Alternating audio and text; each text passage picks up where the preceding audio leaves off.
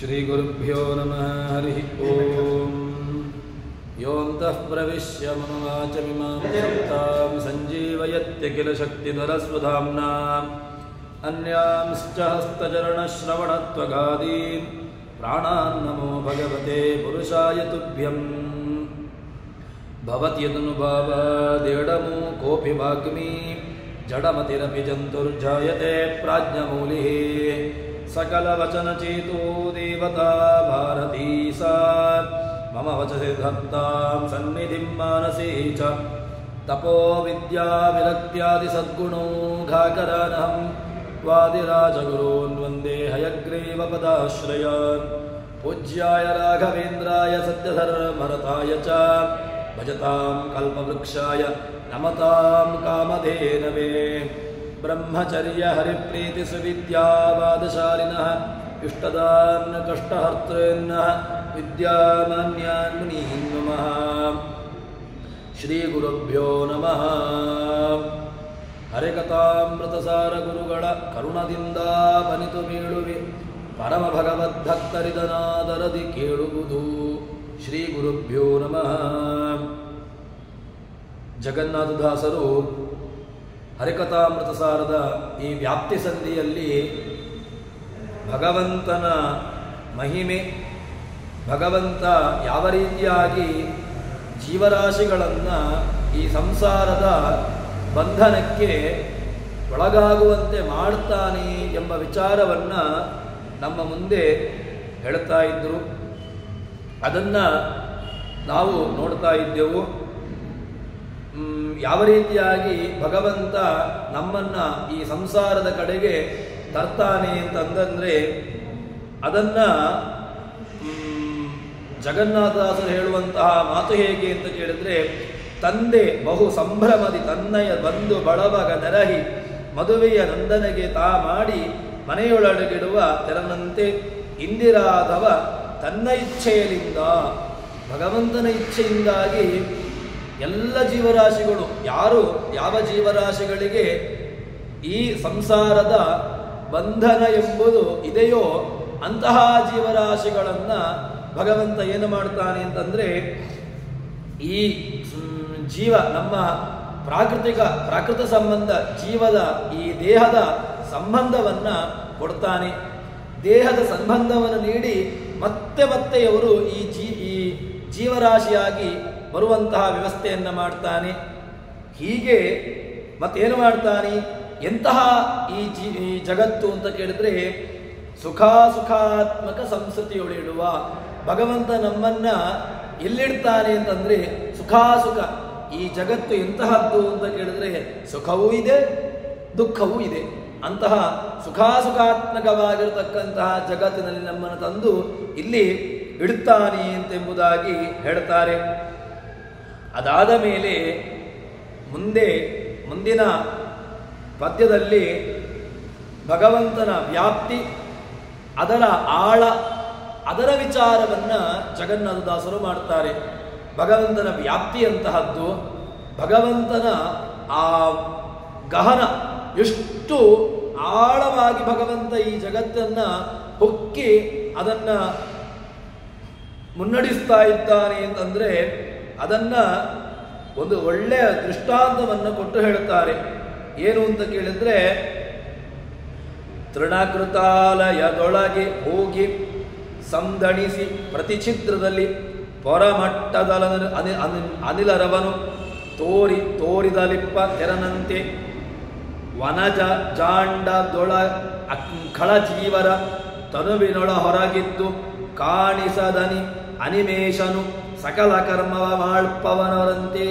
ಭಗವಂತ ಒಳ್ಳೆಯ ದೃಷ್ಟಾಂತವನ್ನು ಕೊಟ್ಟು ಸಮನ್ವಯ ಮಾಡ್ತಾರೆ.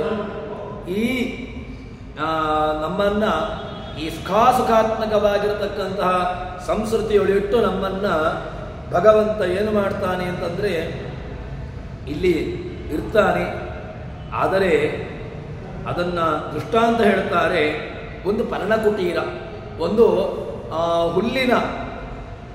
ಹುಲ್ಲಿನಲ್ಲಿ ಮಾಡಿರತಕ್ಕಂತಹ ಒಂದು ಮನೆ, ಅದರಲ್ಲಿ ಒಂದು ಒಳಗಿನ ಭಾಗದಲ್ಲಿ ಅಗ್ನಿ ಇದೆ ಎಂದು ಇಟ್ಟುಕೊಳ್ಳುವ. ಒಳಗೆ ಏನೋ ಒಂದು ಕಾರ್ಯನಿಮಿತ್ತಕ್ಕೋಸ್ಕರವಾಗಿ ಅಲ್ಲಿ ಆ ಅಗ್ನಿಯನ್ನು ಹಾಕಿದ್ದಾರೆ. ಆವಾಗ ಅದು ಏನು ಮಾಡ್ತದೆ ಅಂತ ಕೇಳಿದರೆ, ಹೊಗೆ ಅಲ್ಲಿ ಪೂರ್ತಿ ಅದು ಆ ರಂಧ್ರಗಳಿಂದ ಪರ್ಣಕುಟೀರ ಅಂತ ಹೇಳಿದ್ರೆ ಅದು ಈ ಹುಲ್ಲಿನಿಂದ ಮಾಡಿರತಕ್ಕಂತಹದ್ದು. ಒಳಗಿರತಕ್ಕಂತಹ ಅಗ್ನಿ ಏನು ಮಾಡ್ತದೆ ಅಂತಂದ್ರೆ ಆ ಹುಲ್ಲಿನ ಮನೆಯ ಒಳಗಡೆಗೆ ಪೂರ್ತಿ ತನ್ನನ್ನು ಒಮ್ಮೆ ತುಂಬಿದ ಮೇಲೆ ಅದು ಮತ್ತೆ ಹೊರಗೆ ಬರಲಿಕ್ಕೆ ಶುರುವಾಗ್ತದೆ ಆ ಹೊಗೆ. ಅದು ಆ ಯಾವುದರ ಮೂಲಕವಾಗಿ ಆ ಪರ್ಣಗಳ ಮಧ್ಯದಲ್ಲಿರತಕ್ಕಂತಹ ರಂಧ್ರಗಳ ಮೂಲಕವಾಗಿ ಅದು ಹೊರಕ್ಕೆ ಬರ್ತದೆ.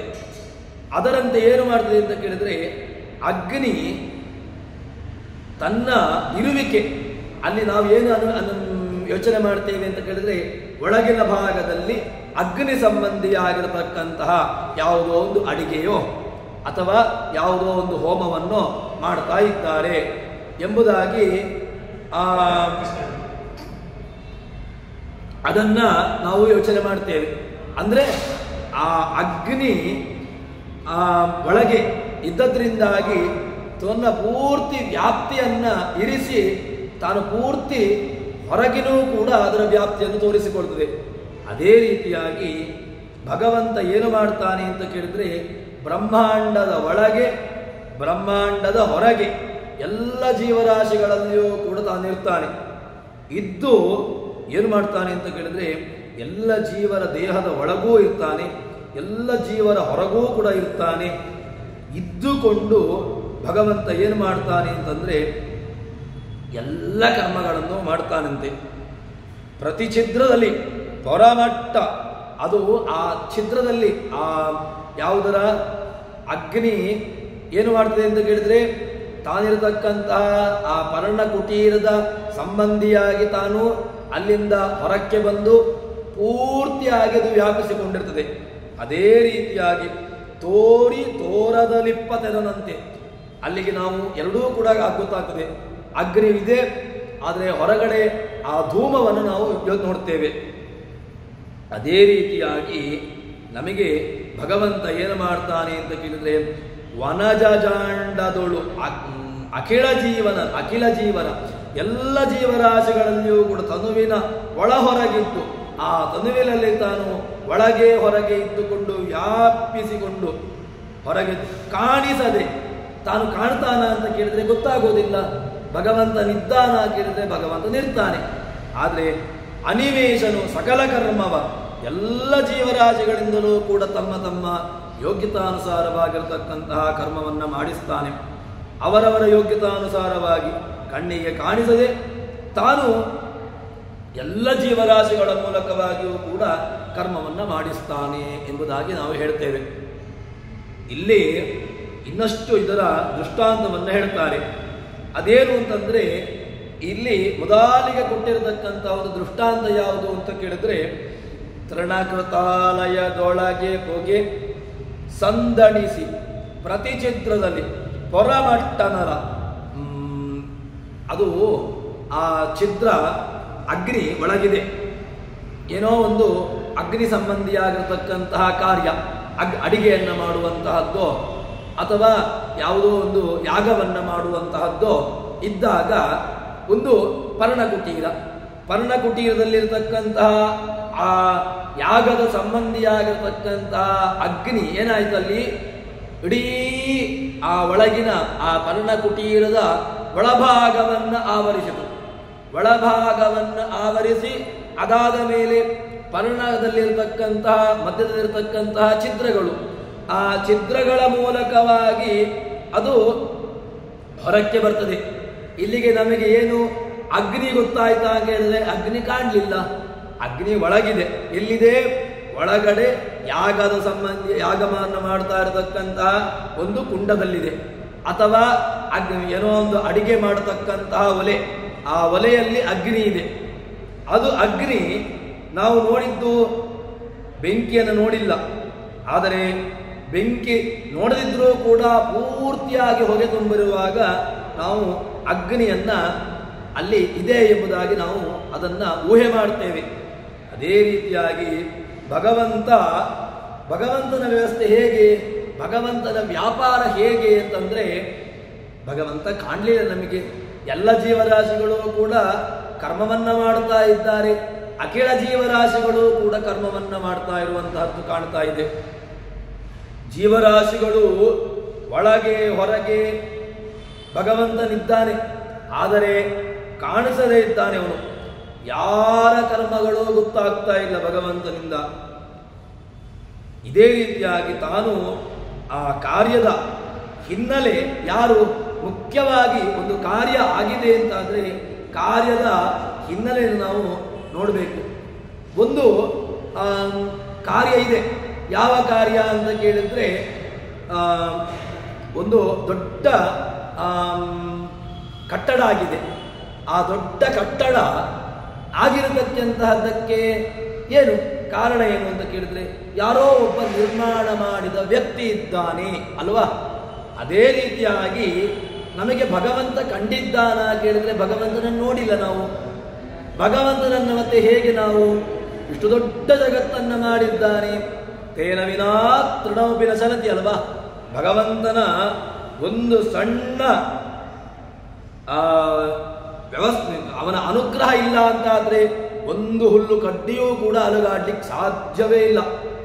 ಅದೇ ರೀತಿಯಾಗಿ ಇದನ್ನು ದೃಷ್ಟಾಂತವಾಗಿ ಹೇಳಿದ್ದು ಯಾವುದು ನಾವು, ಅಗ್ನಿ. ಅಗ್ನಿ ಪರ್ಣಕುಟೀರದ ಒಳಗೆ ಇದೆ. ಪರ್ಣಕುಟೀರದ ಒಳಗಿರತಕ್ಕಂತಹ ಅಗ್ನಿಯನ್ನು ನಾವು ನೋಡಿಲ್ಲ.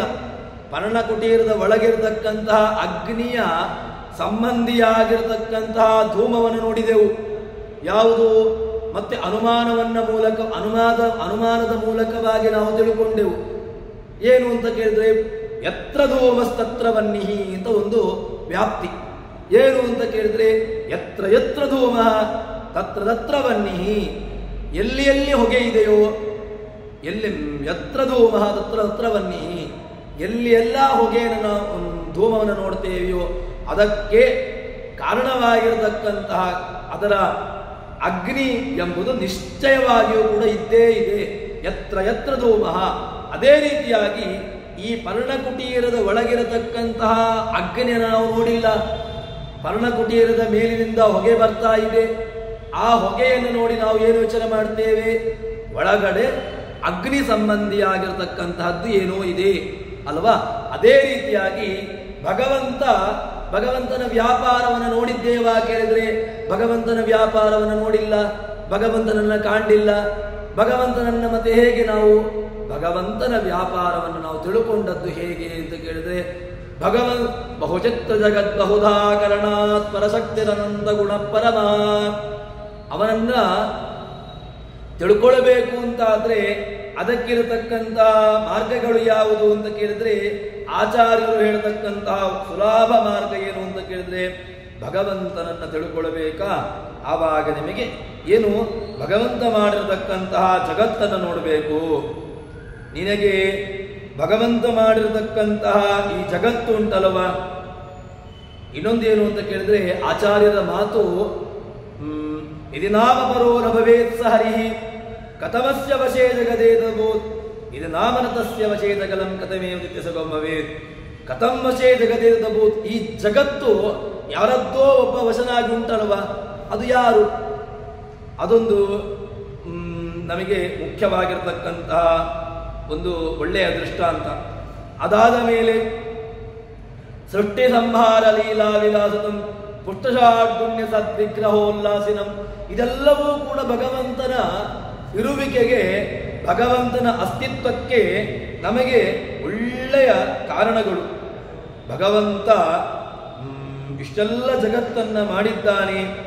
ಆದ್ದರಿಂದಾಗಿ ನಾವು ಎಲ್ಲ ಕಾರ್ಯದಿಂದಾಗಿ ಕಾರಣಾನುಮಾನ ಅಂತ ಒಂದು ನಿಯಮ, ವೇದಾಂತದಲ್ಲಿ ಒಂದು ನಿಯಮ ಇದೆ, ಕಾರ್ಯಾತ್ ಕಾರಣಾನುಮಾನಂ ಅಂತ.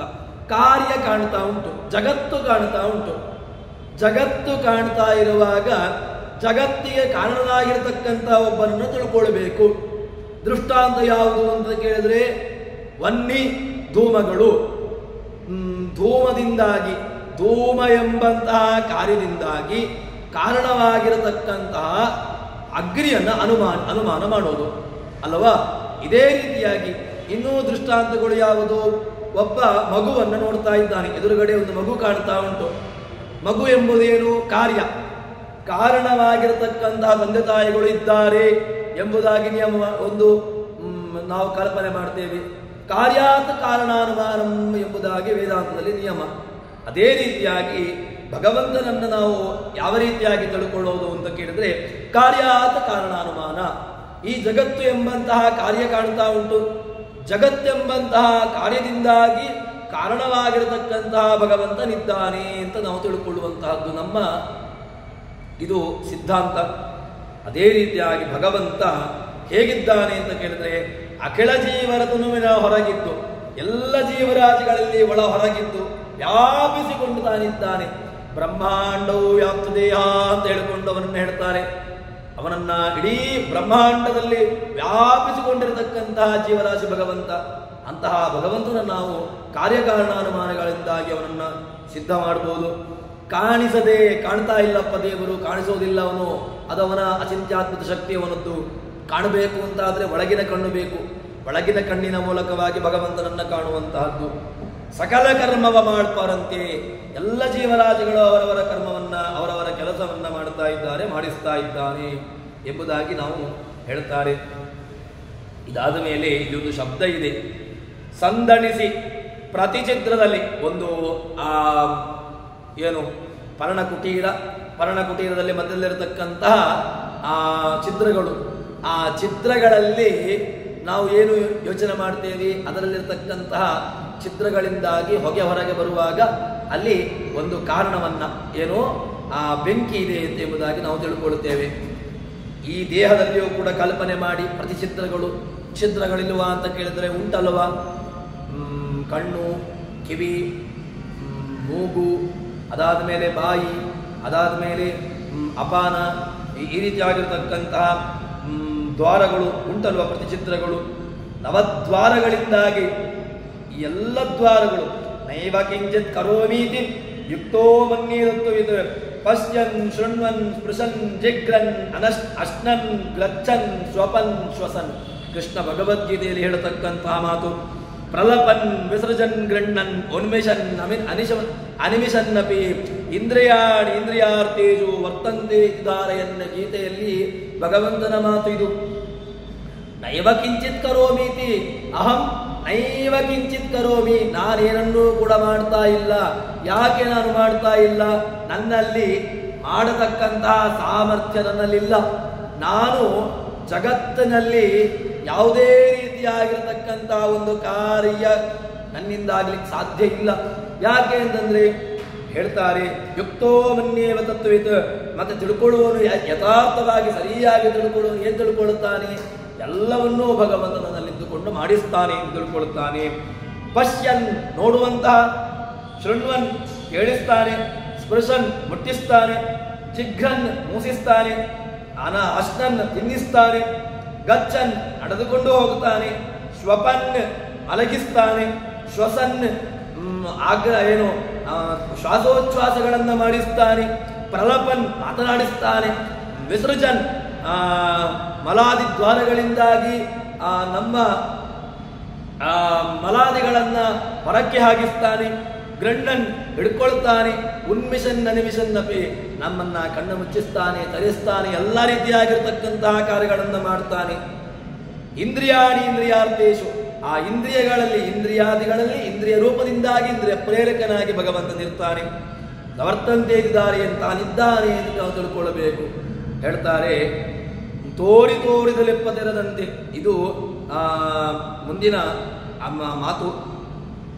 ಅದೇ ರೀತಿಯಾಗಿ ಭಗವಂತನನ್ನ ತಿಳ್ಕೊಳ್ಳಬೇಕು ಅಂತಾದರೆ ತುಂಬ ಸಾಧನೆಗಳನ್ನು ಮಾಡಿಕೊಳ್ಳಬೇಕು. ಸಾಧನೆಗಳನ್ನು ಮಾಡಿ ಅದಾದ ಮೇಲೆ ಭಗವಂತ ನಮಗೆ ಅವನ ಅನುಗ್ರಹ, ಅವನ ಇರುವಿಕೆಯ ಅಸ್ತಿತ್ವ ನಮಗೆ ಅದು ಗೊತ್ತಾಗ್ಲಿಕ್ಕೆ ಸಾಧ್ಯ ಎಂಬುದಾಗಿ ಹೇಳ್ತಾರೆ. ಈ ರೀತಿಯಾಗಿ ಭಗವಂತನನ್ನ, ಅವನ ವ್ಯಾಪ್ತಿಯನ್ನ ತಿಳ್ಕೊಳ್ಳಬೇಕು.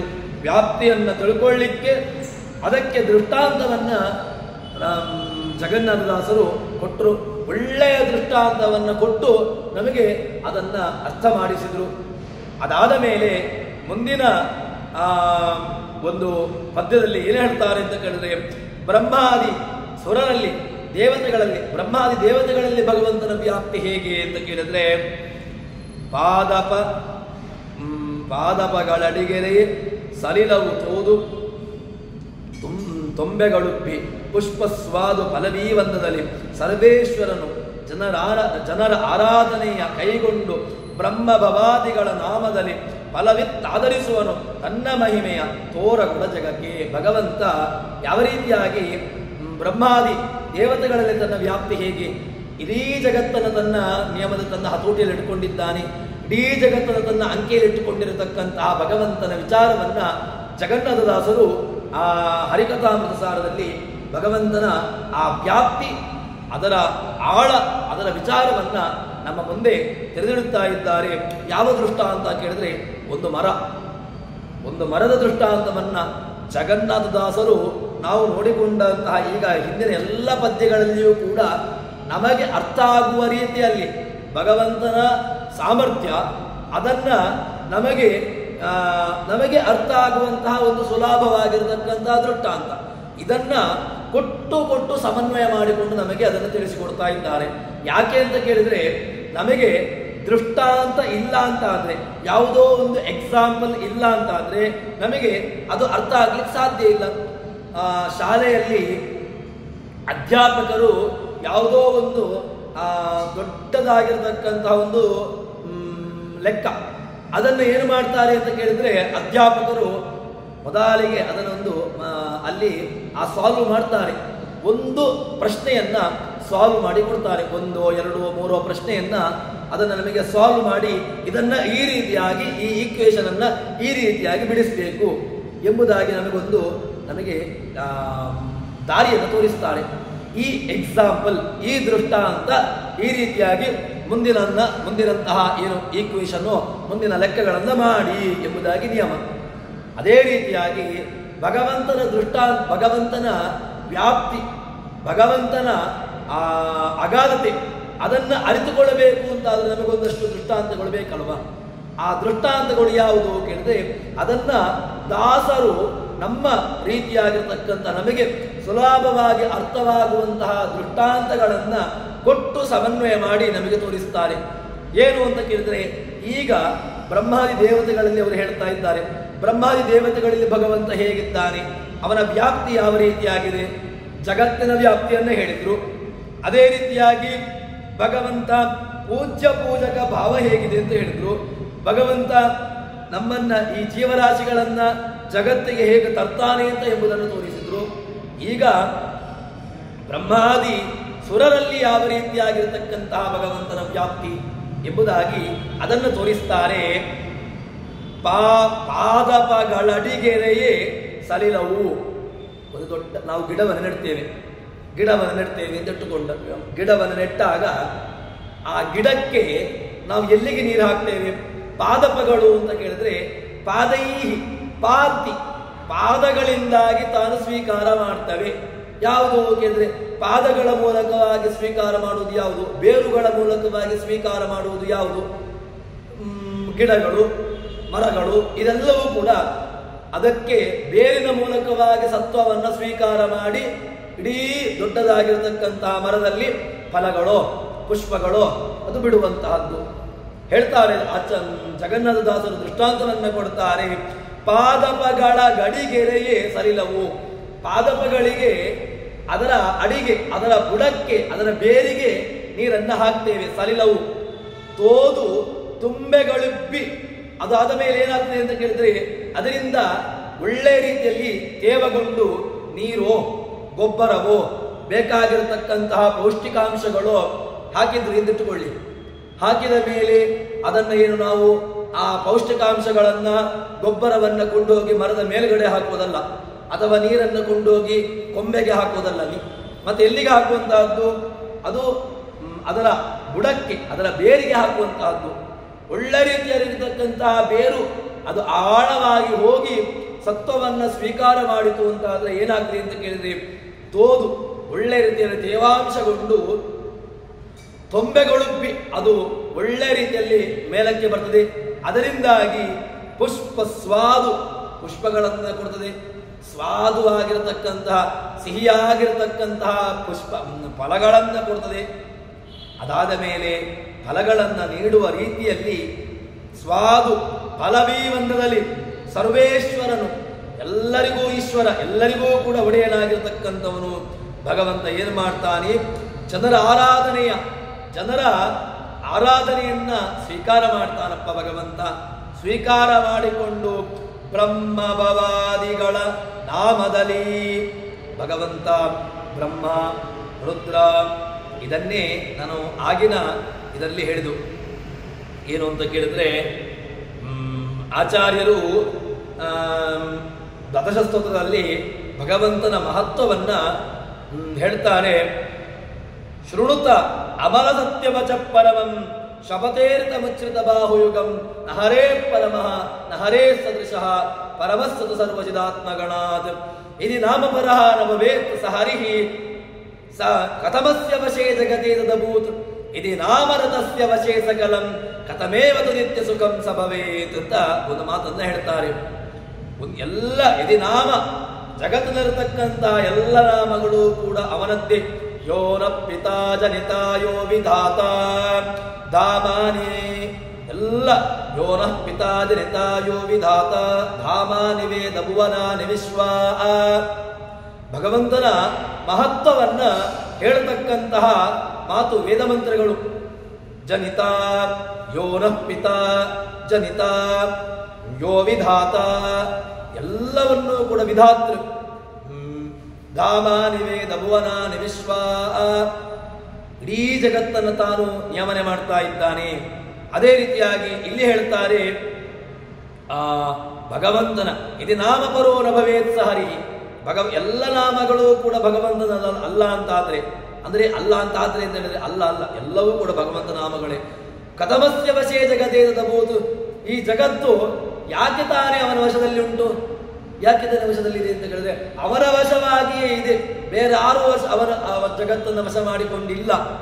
ಇದು ನಾಮರತಸ್ಯ ವಶೇ ಸಕಲಂ, ಜಗತ್ ಅವನ ನಾಮಗಳು ಕೂಡ ಅವನದ್ದೇ. ಕಥಮೇವತು ನಿತ್ಯ ಸುಖಂ ಸ ಭವೇತ್, ಭಗವಂತ ಈ ಅವನೊಬ್ಬ ನಿತ್ಯ ಸುಖಿ ಅಂತ ಹೇಗೆ ಅನಿಸಿಕೊಳ್ಳಿಕ್ಕೆ ಸಾಧ್ಯ, ಹೀಗೆ ಅವನನ್ನ ಹೇಳ್ತಾರೆ. ಅದಾದ ಮೇಲೆ ಇನ್ನೂ ಅದರ ಮಹತ್ವವನ್ನು ಹೇಳ್ತಾರೆ.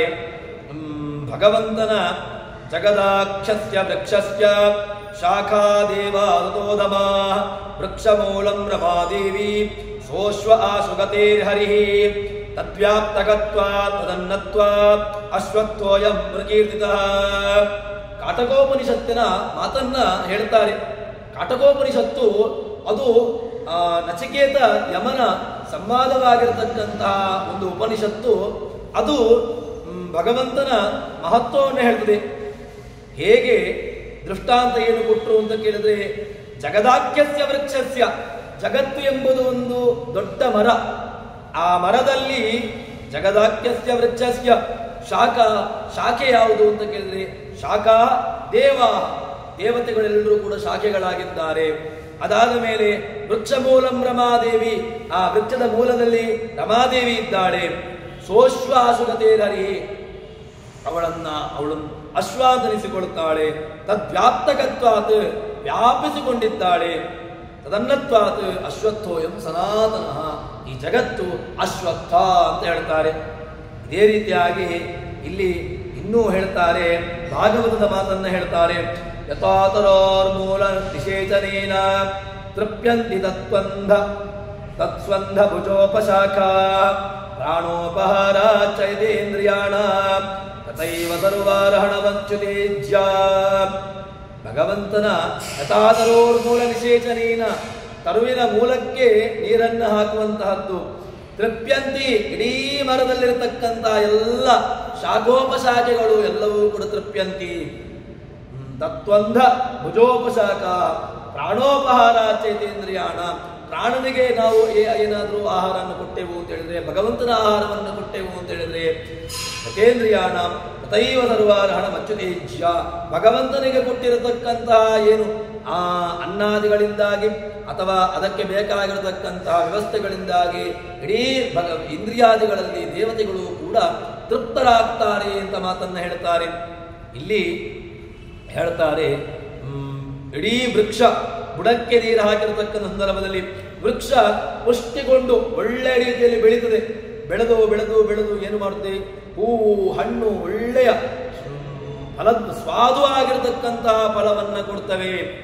ಅದೇ ರೀತಿಯಾಗಿ ಏನು ಹೇಳ್ತಾರೆ ಅಂತ ಕೇಳಿದ್ರೆ, ನಾವು ಗೀತೆಯಲ್ಲಿ ಬರತಕ್ಕಂತಹ ಮಾತನ್ನ ಮತ್ತಷ್ಟು ಹೇಳ್ತಾರೆ. ನಮಗೆ ಭಗವದ್ಗೀತೆ ಎಂಬುದು ಒಳ್ಳೆಯ ಟೆಕ್ಸ್ಟ್ ಬುಕ್. ಏನು ಅಂತ ಕೇಳಿದ್ರೆ, ಲಭದೇಶ ಕಾಮಾನ್ ಮಯ್ಯೈವ ಹಿತಾಂಚಾನ್ ಏಪ್ಯನ್ಯ ದೇವತಾ ಭಕ್ತ ಇದಂತೆ ಹೃದಯಾನ್ವಿತ ತೇಪಿ ಮಾಮೇವ ಕಾಂತೇಯ ಇದಂತೆ ವಿಧಪೂರ್ವಕಂ. ನನ್ನನ್ನು ಸೇರ್ತಾರೆ ಯಾರು ಕೇಳಿದ್ರೆ, ಏಪಿ ಅನ್ಯದೇವತಾ ಭಕ್ತ, ಅನ್ಯದೇವತೆಗಳ ಭಕ್ತರಾಗಿದ್ರು ಕೂಡ ನನ್ನನ್ನು ಅವರು ಸೇರ್ತಾರೆ. ದೇವ ಹೃದಯಾನ್ವಿತ ಲಭದೇಶ ಕಾಮಾನ್, ಅವರಿಗೂ ಕೂಡ ಕಾಮನ ಇತ್ಯಾದಿಗಳನ್ನು ಅವರಿಗೆ ನಾನು ಪೂರೈಸ್ತೇನೆ ಅಂತ ಹೇಳ್ತಾರೆ ಭಗವಂತ. ಇದೇ ರೀತಿಯಾಗಿ ಆಕಾಶಾದಯಿತಂ ತೋಯಂ ಯಥಾಗತಿಸಾಗರಂ ಸರ್ವದೇವ ನಮಸ್ಕಾರ ಕೇಶವಂ ಗಚ್ಚತಿ. ಅನ್ಯ ದೇವತಾ ವಿಚಾರಗಳನ್ನು ಕೂಡ ನಮಗೆ ಭಗವಂತನಿಂದ ಅರ್ಪಿಸಬೇಕು ಅಂತ ಹೇಳ್ತಾರೆ. ಬ್ರಹ್ಮಾರ್ಪಣಂ ಬ್ರಹ್ಮವಿರ್ ಬ್ರಹ್ಮಾಗ್ನೋ ಬ್ರಹ್ಮಣಾಹುತಂ ಬ್ರಹ್ಮೈವ ತೇನ ಗಂತವ್ಯಂ ಬ್ರಹ್ಮ ಕರ್ಮ ಸಮಾಧಿನ. ಭಗವಂತನ ಸರ್ವೋತ್ತಮತ್ವಕ್ಕೆ, ಭಗವಂತನ ವ್ಯಾಪ್ತಿಗೆ ಎಷ್ಟು ದೃಷ್ಟಾಂತಗಳು ಬೇಕಾದರೂ ಸಿಗ್ತವೆ ನಮಗೆ. ಭಗವಂತನ ಸಾಮರ್ಥ್ಯ ಅಂತಹದ್ದು. ಅದನ್ನ ಜಗನ್ನಾಥದಾಸರು ಹೇಳ್ತಾ ಇದ್ದಾರೆ. ವೃಕ್ಷದ ಮೂಲಕ್ಕೆ ನಾವು ಅದಕ್ಕೆ ಬೇರಿಗೆ ನೀರನ್ನು ಹಾಕಿದಾಗ ಒಳ್ಳೆ ರೀತಿಯಲ್ಲಿ ಸ್ವಾದುವಾಗಿರತಕ್ಕಂತಹ ಫಲವನ್ನು ಕೊಡ್ತವೆ. ಅದು ಕೊಟ್ಟು ಏನು ಮಾಡ್ತದೆ, ನೀವು ಇತರ ದೇವತಾ ವಿಚಾರವಾಗಿ ಇತರ ದೇವತೆಗಳಿಗೂ ಕೂಡ ನೀವೇನಾದರೂ ಕೂಡ ಅದಕ್ಕೇನಾದರೂ ನೀವು ನೀಡಿದಿರಿ ಅಂತಾದರೆ, ಬ್ರಹ್ಮರುದ್ರಾದಿಗಳನ್ನು ನೀವು ಅನಿದೇವತಾ ಉಪಾಸನೆಗಳನ್ನು ಅಥವಾ ಅನಿದೇವತಾಗಳನ್ನು ಕೂಡ ನೀವು ಉಪಾಸನೆ ಮಾಡಿದ್ರಿ ಅಂತಾದರೆ, ಅದು ಎಲ್ಲ ನಾಮಗಳು ಕೂಡ ನನ್ನದೇ. ಬ್ರಹ್ಮ ಅಂತ ಹೇಳಿದ್ರು ಕೂಡ ಬೃಹವ್ಯಾಪ್ತವು, ವ್ಯಾಪ್ತನಾಗಿರತಕ್ಕಂಥವನು ನಾನು. ರುದ್ರ ರುಜಂ ದ್ರಾವಯತೆಯೇ ಸ್ನಾತ್ ರುದ್ರ. ಋಕ್ ಶಬ್ದಕ್ಕೆ ರೋಗಗಳು, ಸಂಸಾರ ಎಂಬಂತಹ ದೊಡ್ಡ ರೋಗ, ಸಂಸಾರ ರೋಗವನ್ನು ನಾಶ ಮಾಡತಕ್ಕಂಥವನು ರುದ್ರ. ಶಿವ ಮಂಗಳ ಸ್ವರೂಪಿ, ಶಂ ಶಿವರೂಪಿಯಾಗಿರ್ತಕ್ಕಂಥವನು. ಅದಾದ್ಮೇಲೆ ಭಗವಂತ ಎಲ್ಲ ಇಂದ್ರ, ಇದೆ ಪರಮೈಶ್ವರ್ಯಾತ್ ಇಂದ್ರ. ಎಲ್ಲ ಅನ್ಯದೇವತಾ ವಿಚಾರ, ಅನ್ಯದೇವತಾ ಶಬ್ದಗಳನ್ನು ಕೂಡ ನಾವು ಭಗವಂತನಲ್ಲಿ ಸಮನ್ವಯ ಮಾಡಬಹುದು. ಎಲ್ಲ ನಾಮಗಳು ಕೂಡ ಭಗವಂತನದ್ದೇ. ಹೇಗೆ ಅಂತ ಕೇಳಿದ್ರೆ, ಅರ್ಚಿತಾ ಕೃಷ್ಣಾಮೃತ ಮಹಾರ್ಣವದ ಮಾತು, ಅರ್ಚಿತೇ ದೇವದೇವೇಶಿ ಶಂಖಚಕ್ರ ಗದಾಧರೆ ಅರ್ಚಿತಾ ಸರ್ವದೇವಾಸ್ಯೋ ಯತಃ ಸರ್ವಗತೋ ಹರಿ. ಹರಿ ಸರ್ವಗತಃ ಖಲು. ಹರಿ ಭಗವಂತ ಏನಾಗಿದ್ದಾನೆ, ಸರ್ವಗತಃ ಎಲ್ಲ ಕಡೆಗಳಲ್ಲೂ ವ್ಯಾಪ್ತನಾಗಿದ್ದಾನೆ. ಸರ್ವದೇವಾಸ್ಯು, ನೀವು ದೇವರನ್ನ ಆರಾಧನೆ ಮಾಡಿ ಎಲ್ಲ ದೇವತೆಗಳು ಆರಾಧನೆಯನ್ನು ಮಾಡಿದಂತಹ ಪುಣ್ಯ ನಮಗೆ ಸಿಗ್ತದೆ. ಅರ್ಚಿತೇ ದೇವದೇವೇಶೇ, ಆಚಾರ್ಯರ ಮಾತು. ದೇವದೇವೇಶ, ದೇವತೆಗಳಿಗೂ ದೇವನಾಗಿರ್ತಕ್ಕಂಥವನು, ಅವರಿಗೂ ಅಧಿಪತಿಯಾಗಿರ್ತಕ್ಕಂಥ ಭಗವಂತನನ್ನ ಆರಾಧನೆ ಮಾಡಿದ್ರೆ, ಶಂಖಚಕ್ರ ಗದಾದರೆ ಶಂಖಚಕ್ರಾದಿಗಳನ್ನ ಧಾರಣೆ ಮಾಡಿರ್ತಕ್ಕಂಥವನು. ಅರ್ಚಿತಾ ಸರ್ವದೇವಾಸ್ಯು, ಎಲ್ಲ ದೇವತಾ ಆರಾಧನೆಯನ್ನು ಮಾಡಿರ್ತಕ್ಕಂತಹ ಫಲ ಸಿಗ್ತದೆ ನಿಮಗೆ. ಇದೇ ರೀತಿಯಾಗಿ ಸರ್ವೇಶ್ವರನು ಜನರ ಆರಾಧನೆಯ ಕೈಗೊಂಡು ಬ್ರಹ್ಮಭವಾದಿಗಳ ನಾಮದಲ್ಲಿ, ಬ್ರಹ್ಮ ರುದ್ರ ಎಲ್ಲ ನಾಮಗಳಲ್ಲಿಯೂ ಕೊಡುತ್ತಾನಿದ್ದಾನೆ. ಬ್ರಹ್ಮೇಶ ಚಕ್ರ ರವಿಧರ್ಮ ಶಶಾಂಕ ಪೂರ್ವ ಗಿರ್ವಾಣಂದ್ರಿಯಂ ಮಿತಪಾಂಗಲೇಶಂ ಅಂತ ಹೇಳಿಕೊಂಡು ಎಲ್ಲ ದೇವತೆಗಳು ಕೂಡ ಅವನ ಸೇವೆಯನ್ನ ಮಾಡ್ತಾರೆ. ಹೀಗೆ ಭಗವಂತನನ್ನು ನೀವು ಆರಾಧನೆ ಮಾಡಿದ್ರೆ ಎಲ್ಲ ಫಲಪುಷ್ಪಗಳು ನಿಮಗೆ, ನೀವು ಕೊಂಬೆಯನ್ನ ಆರಾಧನೆ ಮಾಡಬೇಕು ಅಂತಿಲ್ಲ. ನಿಮಗೆ ಫಲ ಕೊಟ್ಟದ್ದು ಕೊಂಬೆ, ಅದರಿಂದಾಗಿ ನಾನು ಕೊಂಬೆಗೆ ನೀರನ್ನು ಹಾಕ್ತೇನೆ, ನನಗೆ ಫಲ ಕೊಟ್ಟದ್ದು ಯಾವುದೋ ಅದಕ್ಕೋಸ್ಕರವಾಗಿ ಅದನ್ನು ಮಾತ್ರ ನಾನು ಸ್ವೀಕಾರ ಮಾಡ್ತೇನೆ ಅಂತ ಹೇಳಿದ್ರೆ ಅಲ್ಲ. ಮತ್ತೆ ನೀವು ಬುಡಕ್ಕೆ ನೀರು ಹಾಕಿದ್ರಿಂದಾಗಿ ಫಲ ಪುಷ್ಪ ಎಲ್ಲವನ್ನೂ ಕೂಡ ಬರ ಕೊಡ್ತದೆ. ಅದೇ ರೀತಿಯಾಗಿ ಭಗವಂತನನ್ನ ಆರಾಧನೆ ಮಾಡಿದ್ರಿ ಅಂತಾದರೆ ಎಲ್ಲ ರೀತಿಯಾಗಿರತಕ್ಕಂತಹ ಅನುಗ್ರಹಗಳಾದಿಗಳು ನಿಮಗೆ ಸಿಗ್ತದೆ ಎಂಬುದಾಗಿ ಹೇಳ್ತಾರೆ. ಅಥಾತೋ ಬ್ರಹ್ಮಜಿಜ್ಞಾಸಾವು ಫಲಮದ ಉಪಪತ್ತೇವು. ಆಚಾರ್ಯರ ವೇದವ್ಯಾಸರ ಮಾತುಗಳು ಬೇಕಾದಷ್ಟು ನಮಗೆ ಪ್ರಮಾಣಗಳನ್ನು ಕೊಡ್ತವೆ. ಫಲಮತ ಉಪಪತ್ತೇ, ಭಗವಂತ ಫಲವನ್ನು ಕೊಡ್ತಾನೆ ಅಂತ ಹೇಳ್ತಾರೆ. ಅದಾದ ಮೇಲೆ ಭಗವಂತನ ಇಷ್ಟು ದೊಡ್ಡದಾಗಿರತಕ್ಕಂತಹ ವ್ಯಾಪ್ತಿಯನ್ನ ಹೇಳ್ತಾರೆ. ಭಗವಂತ ಏನಲ್ಲ ಅದು ಅಂತ ಕೇಳಿದ್ರೆ, ಊರ್ಧ್ವಮೂಲಂ ಅಧಶಾಖಂ ಅಶ್ವತ್ಥಂ ರಾಹುರವ್ಯಯಂ ಛಂದಾಂಸಿ ಯಸ್ಯ ವರ್ಣಾನಿ ಯಸ್ತಂ ವೇದಸ ವೇದವಿತ್. ಉಪನಿಷತ್ತಿನ ಮಾತನ್ನ ಕೃಷ್ಣ ಭಗವದ್ಗೀತೆಯಲ್ಲಿ ಹೇಳ್ತಾನೆ. ಊರ್ಧ್ವಮೂಲೋ ವಾಕ್ಶಾಖ ಯಶೋಶ್ವತ ಸನಾತನ ಅಂತ ಹೇಳಿಕೊಂಡು ಈ ರೀತಿಯಾಗಿ ಛಂದಾಂಸಿ ಯಸ್ಯ ವರ್ಣಾನಿ ಯಸ್ತಂ ವೇದಸ ವೇದವಿತ್. ಭಗವಂತ ಎಷ್ಟು ದೊಡ್ಡ ಕಾರುಣ್ಯ, ಭಗವಂತನ ಕಾರುಣ್ಯ ನಮ್ಮ ಮೇಲೆ ಎಷ್ಟಿದೆ, ಅವನ ವ್ಯಾಪ್ತಿ ಯಾವ ರೀತಿಯಾಗಿದೆ, ಅವನ ವ್ಯಾಪ್ತಿಯನ್ನ ಒಳ್ಳೆಯ ದೃಷ್ಟಾಂತಗಳ ಮೂಲಕವಾಗಿ ನಮಗೆ ಅದನ್ನ ತೋರಿಸಿಕೊಟ್ರು. ಇಷ್ಟು ಕಾರುಣ್ಯಶಾಲಿ ಭಗವಂತ. ನಮ್ಮ ಸಜ್ಜನರಿಗೋಸ್ಕರವಾಗಿ ಭಗವಂತ ಬೇರೆ ಬೇರೆ ರೀತಿಯಾಗಿರ್ತಕ್ಕಂತಹ ಅನುಗ್ರಹಾದಿಗಳನ್ನ ಭಗವಂತ ಮಾಡ್ತಾನೆ ಎಂಬುದಾಗಿ ಫಲವಿತ್ತಾದರಿಸುವನು. ನಮ್ಮನ್ನ ಬ್ರಹ್ಮಭವಾದಿಗಳ ನಾಮದಲ್ಲಿ ಭಗವಂತ ಎಲ್ಲ ನಾಮಗಳು ಕೂಡ ಅವನದ್ದೇ ಅಂತಾಯಿತು. ಮತ್ತೆ ತನ್ನ ಮಹಿಮೆಯ ತನ್ನದೇ ಆಗಿರ್ತಕ್ಕಂತಹ ಮಹಿಮೆಯನ್ನು ತೋರಿಸಿಕೊಡ್ತಾನೆ. ತೋರಗುಡ ಜಗಕ್ಕೆ ದೇವರು, ದೇವರ ಮಹತ್ವೆ, ದೇವರ ಮಹಿಮೆ, ಇದನ್ನು ನೀವು ತಿಳ್ಕೊಳ್ಳಿ ಎಂಬುದಾಗಿ ನಮಗೆ ಜಗನ್ನಾಥದಾಸರು ಹರಿಕಥಾಮೃತ ಸಾರದ ವ್ಯಾಪ್ತಿ ಸಂಧಿಯಲ್ಲಿ ತೋರಿಸಿಕೊಡುತ್ತಾ ಇದ್ದಾರೆ. ಅದಾದ ಮೇಲೆ ಮುಂದಿನ ಪದ್ಯದಲ್ಲಿ ನಿಯಮ್ಯ ನಿಯಾಮಕರಲ್ಲಿ ಭಗವಂತನ ವ್ಯಾಪ್ತಿ, ಅವನ ವಿಚಾರವನ್ನ ನಮ್ಮ ಮುಂದೆ ಎದುರುತ್ತಾ ಇದ್ದಾರೆ.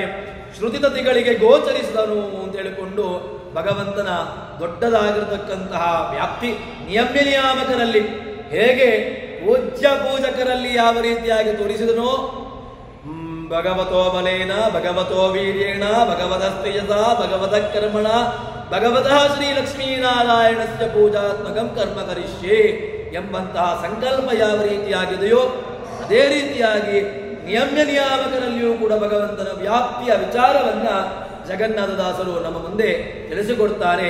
ಅದನ್ನ ನಾಳೆ ಸೇರಿದಾಗ ನೋಡೋಣ ಅಂತ ಹೇಳುವಲ್ಲಿ ಹರಿಪ್ರಿಯತಾ ಶ್ರೀಕೃಷ್ಣಾರ್ಪಿತಮಸ್ತು. ಸರ್ವಗಣ ಸಂಪೂರ್ಣ ಸರ್ವದೋಷ ವಿವರ್ಜಿತ ಪ್ರೇತಾಂ ಪ್ರಿಯೇ ಬಾಲಂ ಬಿಟ್ಟರು ಮೇ ಪರಮಸ್ವರ್ತ ಶ್ರೀಕೃಷ್ಣಾರ್ಪಿತಮಸ್ತು.